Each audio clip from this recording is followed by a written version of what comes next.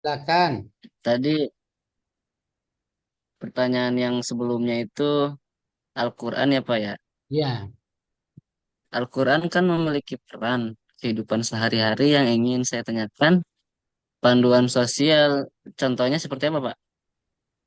ah, Al-Quran itu sebagai panduan sosial gitu ya. Artinya, Ya, Quran itu mengajarkan umat manusia agar berakhlak dengan akhlak yang mulia kepada siapa saja, ya Pak.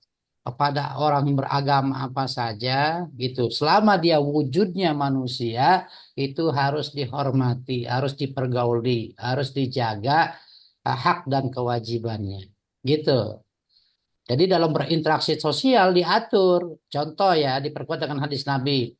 Man kana yu'minuna billahi wa bil yaumil akhir fal yukrim jarohu. Barang siapa yang beriman kepada Allah dan hari akhir, hendaklah dia memuliakan tetangganya. Nah, tetangganya ini baik dia muslim maupun non-muslim harus dihormati, harus dihargai. Gitu. Banyak di hadis-hadis juga dijelaskan, ya. Sebenarnya kalau kita ngaji Bismillahirrahmanirrahim saja, ya arti secara menyeluruh, itu kita disuruh menerapkan kasih sayang kepada seluruh makhluk, bukan cuma manusia tuh.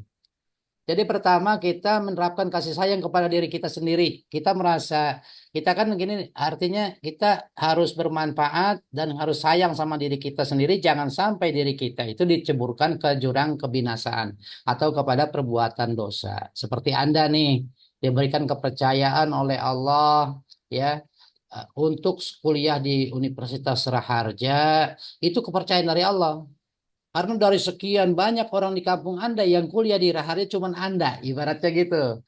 Nah, kepercayaan ini dari Allah diamanatin, jaga baik-baik, ambil ilmunya selama kuliah di Raharja, terus berbuat baiklah, terus ambil yang baik-baik dari Raharja, kemudian nanti terapkan dalam kehidupan sehari-hari. Kalau Anda sudah jadi sarjana, itu nanti akan terasa, oh, manfaat kuliah di Raharja semacam ini.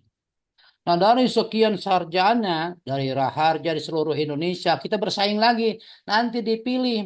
Nanti dari Raharja juga, sarjana-sarjana dari Raharja dipilih lagi oleh Allah. Ada yang jadi pejabat, ada yang jadi pedagang, ada yang jadi bos, ya punya perusahaan dan lain sebagainya. Itu dipilih-pilih masing-masing. Ya, ada yang jadi bupati, ada yang jadi wali kota, ada yang jadi gubernur. Nah, makanya sama persis sama dengan pemilihan nabi. Nabi dari 124.000 nabi yang dipilih menjadi nabi dan rasul yang wajib dipercaya itu cuma 25. Yang terpilih jadi rasul 313 atau 315. Dari 315 itu dipilih lagi menjadi 25. 25 yang termasuk ulul azmi itu ada 5 yaitu Nimim. Nimim itu Nabi Nuh, Nabi Ibrahim, Nabi Musa, Nabi Isa dan Nabi Muhammad. Dari 5 itu dipilih lagi 2 yaitu Nabi Muhammad dan Nabi Ibrahim sebagai toladan. Terus dipilih lagi dari 2 itu yang pemimpinnya para nabi dan rasul yaitu Nabi Muhammad SAW. Begitu selanjutnya. Nah, itu Al-Qur'an. Nah, mengajarkan kita itu mempraktekkan bismillah kepada seluruh umat manusia, bukan kepada orang cuma seagama kita doang, pada saudara doang, tapi seluruh umat manusia. Setelah seluruh umat manusia, kepada tumbuh-tumbuhan, kepada hewan, lingkungan kita harus dijaga dengan baik. Terapkan rasa kasih sayang itu kepada seluruh makhluknya Allah. Gitu. Itu bismillah tuh sampai situ tuh.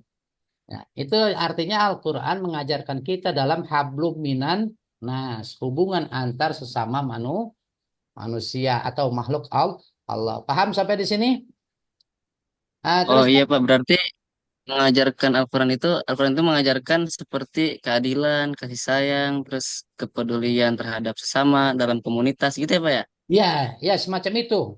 Ya, keadilan itu Hmm, Pancasila yang 5 itu perasan daripada inti Al-Quran. Keadilan sosial bagi seluruh rakyat bagi Indonesia. seluruh rakyat Indonesia. Iya, semuanya itu artinya perasaan dari Al-Quran.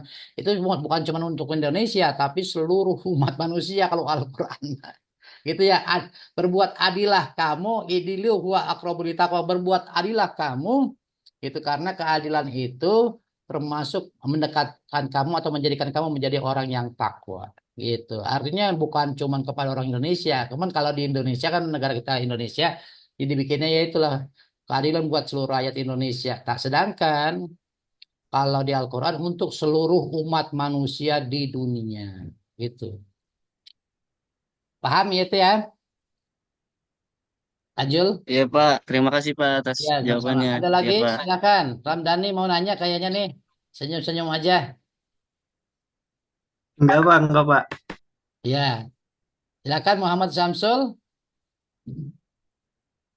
Enggak Pak, enggak. Ya, ya, saya lanjutkan ya.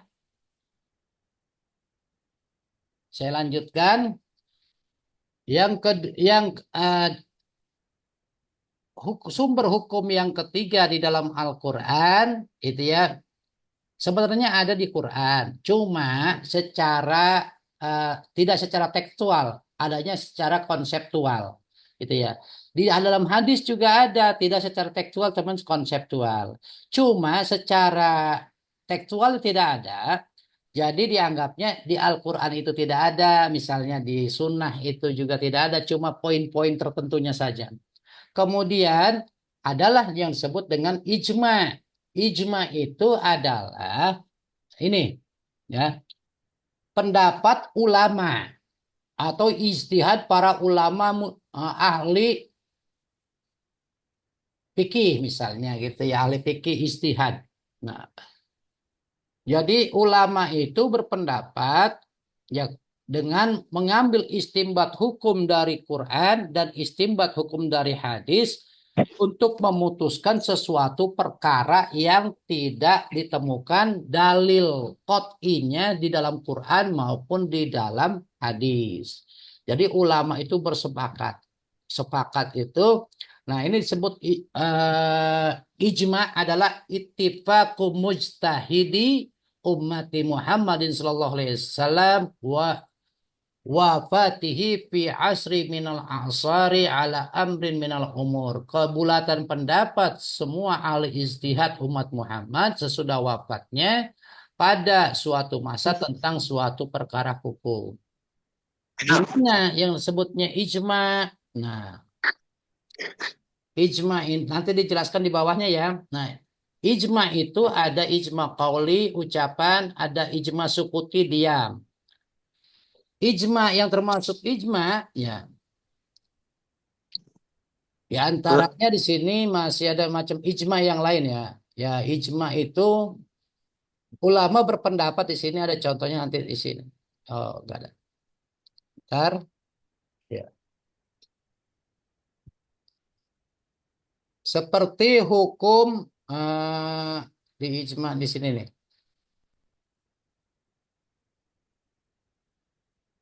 Persoalan tentang ulama berpendapat suatu hukum yang ditetapkan dan berkuasa dan diam. Oh, ada ini termasuk ijma ya, termasuk bagian dari ijtihad.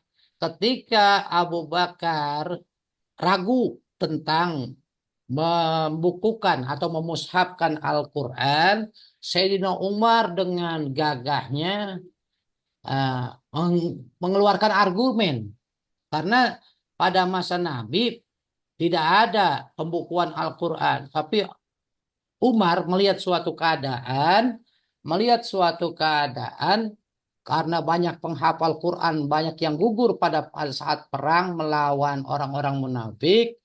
Sekitar 70 orang penghafal Quran gugur di medan perang, ya. Kemudian Al-Quran, Umar mengalami kecemasan. Kalau misalnya banyak penghafal Quran yang gugur, kelama-lamaan Quran bisa hilang. Akhirnya dia mengajukan pendapat kepada Khalifah Abu Bakar. Namun Abu Bakar tidak berani. Kalau saya bisa disuruh memindahkan gunung, saya lebih mau memindahkan gunung ketimbang saya harus membukukan Quran. Karena apa? Quran tidak pernah dibukukan, tidak pernah ada perintah dari Nabi untuk membukukannya. Gitu. Tapi Umar meyakinkan Abu Bakar bahwa ini adalah pendapat yang baik. Ini adalah bid'ah yang baik tuh bid'ah ya. Nabi belum pernah membawakannya. Nah, ini adalah bid'ah yang baik, sesuatu yang baru, dan ini termasuk bid'ah yang baik, yang hasanah. Akhirnya Quran itu dengan kesepakatan Abu Bakar, Umar, dan para sahabat yang empat serta sahabat yang lainnya berkumpul jadi satu, sepakat yaitu untuk membukukan Al-Quran. Siapa yang dipimpin untuk percaya untuk itu, yaitu Zaid bin Sabit, orang yang memang hafalan Qurannya kuat, gitu ya. Hafalannya kuat dan dia memang mahir di dalam ilmu Al-Qur'annya. Gitu, itu disebut ijma, ya. Ada ijma dibagi dua menjadi ilmu qauli dan ijma sukuti. Sukuti itu artinya diam, qauli itu diucapkan. Kalau setuju diucapkan. Tidak setuju misalnya diam. Itu juga setuju juga, diam juga menunjukkan kesetujuan. Artinya cuma dia kurang dalil gitu ya. Itu baik gitu. Ah, terus ada lagi kias. Kias itu mengukur sesuatu dengan yang lain, mempersamakannya. Menurut istilah kias, menetapkan sesuatu yang belum ada ketentuan hukumnya berdasarkan hukum yang sudah ada di atas nas, disebabkan adanya persamaan. Misalnya gini, di sini ada contoh nih ya, di dalam kias. Misalnya begini, di dalam Al-Quran tidak ada memukul orang tua, tidak ada keterangan tentang memukul orang tua, gitu ya. Misalnya ada seorang anak yang sampai mengadukan Lagi orang bahas tuanya, agama. menghukum orang tuanya, diadukan ke pengadilan, gitu ya. Kamu biar paham nih kalau Ya, apa, Marani? Ah, perhatikan ya. Jadi Al-Quran kias itu semacam begini. Ada sekarang ini seorang anak memukul kedua orang tuanya, membunuh orang tuanya, atau memasukkan orang tuanya ke penjara. Dalam Al-Quran tidak ada penjelasan itu. Namun di Al-Quran ada penjelasan tentang wala takul lahuma uffin wala tanharhuma wa qul lahuma qawlan karima. Wahai eh, istilahnya manusia, katakan kepada kedua orang tua, janganlah kamu berkata kepada kedua orang tua kamu itu uf, kata ah atau cis, gitu ya. Karena ucapkanlah kepada kedua orang tua kita itu ucapan yang mulia. Maksudnya bagaimana?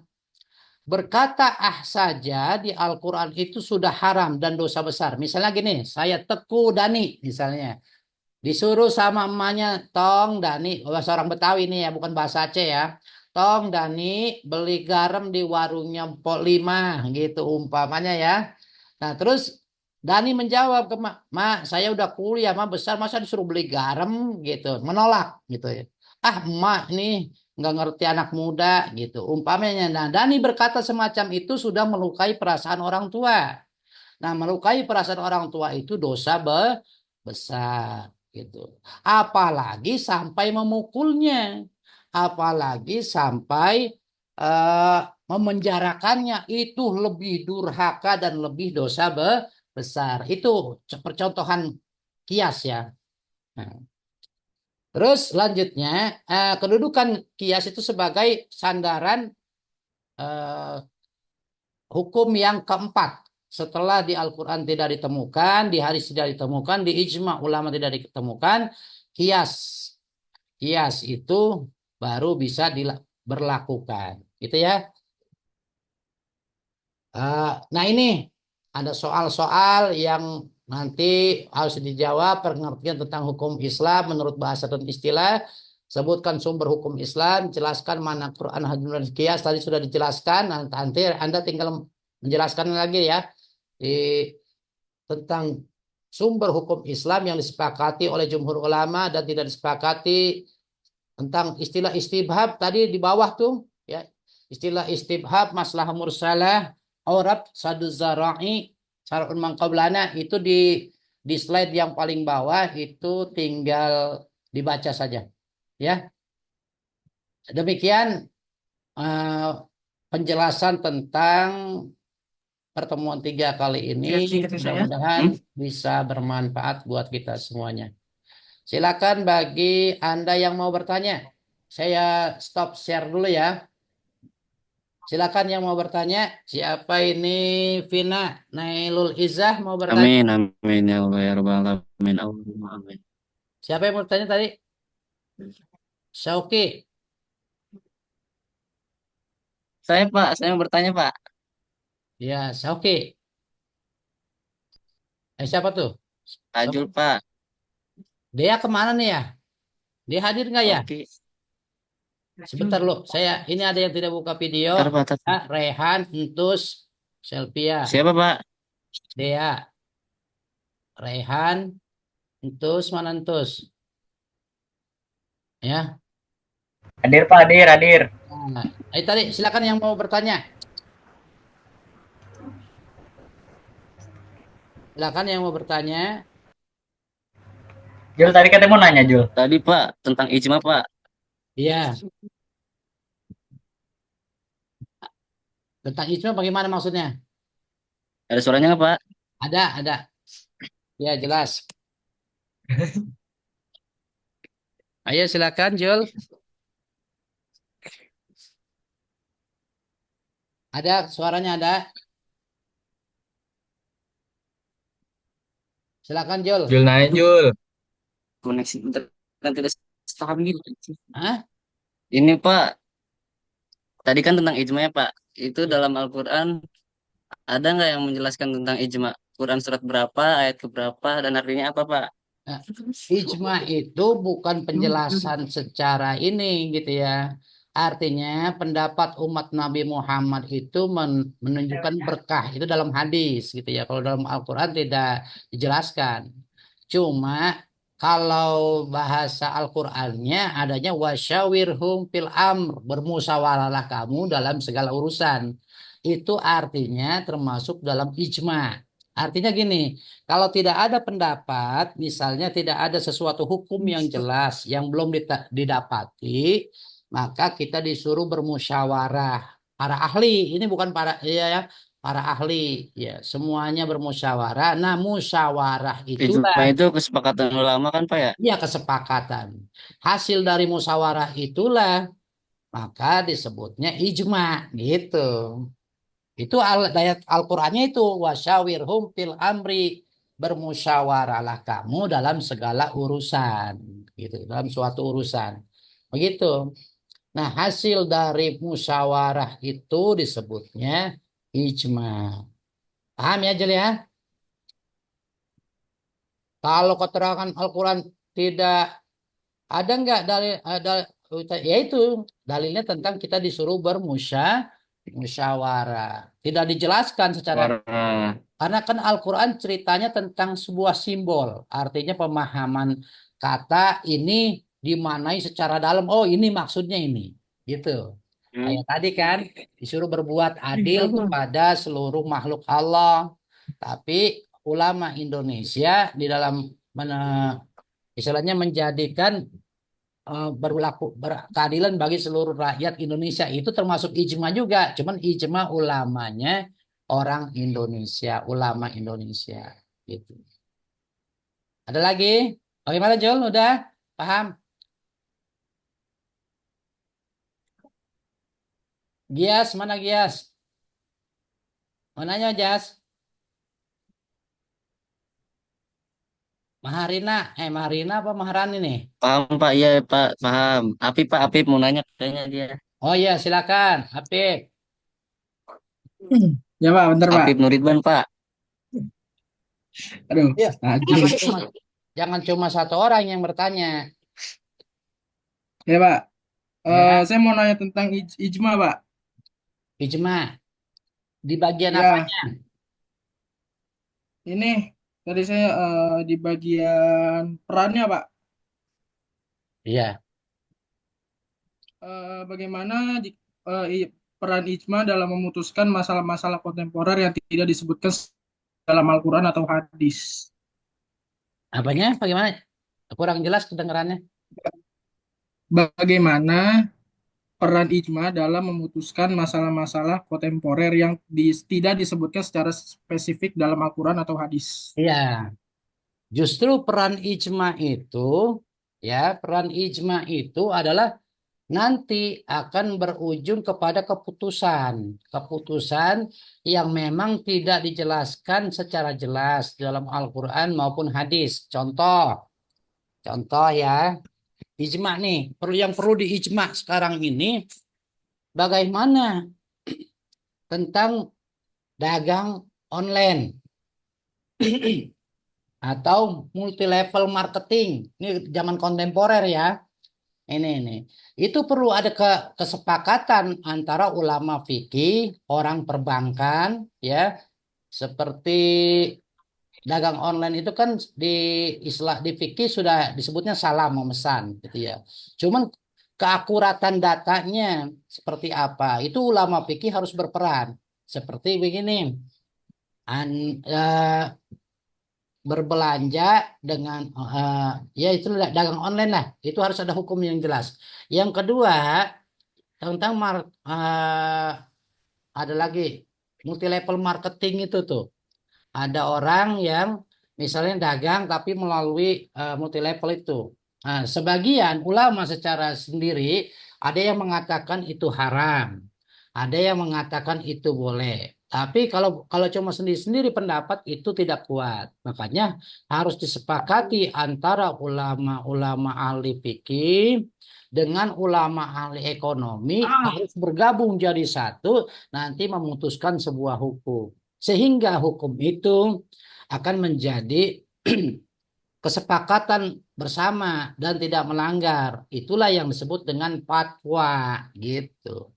Cuman di kita di fatwa MUI itu jarang sekali membahas yang demikian. Itu MUI belum, ya harusnya bisa mewakili. Cuman sekarang MUI itu belum bisa mewakili keadaan permasalahan yang dihadapi oleh masyarakat di kita gitu ya. Gitu Ya, Pak. ya. Siap.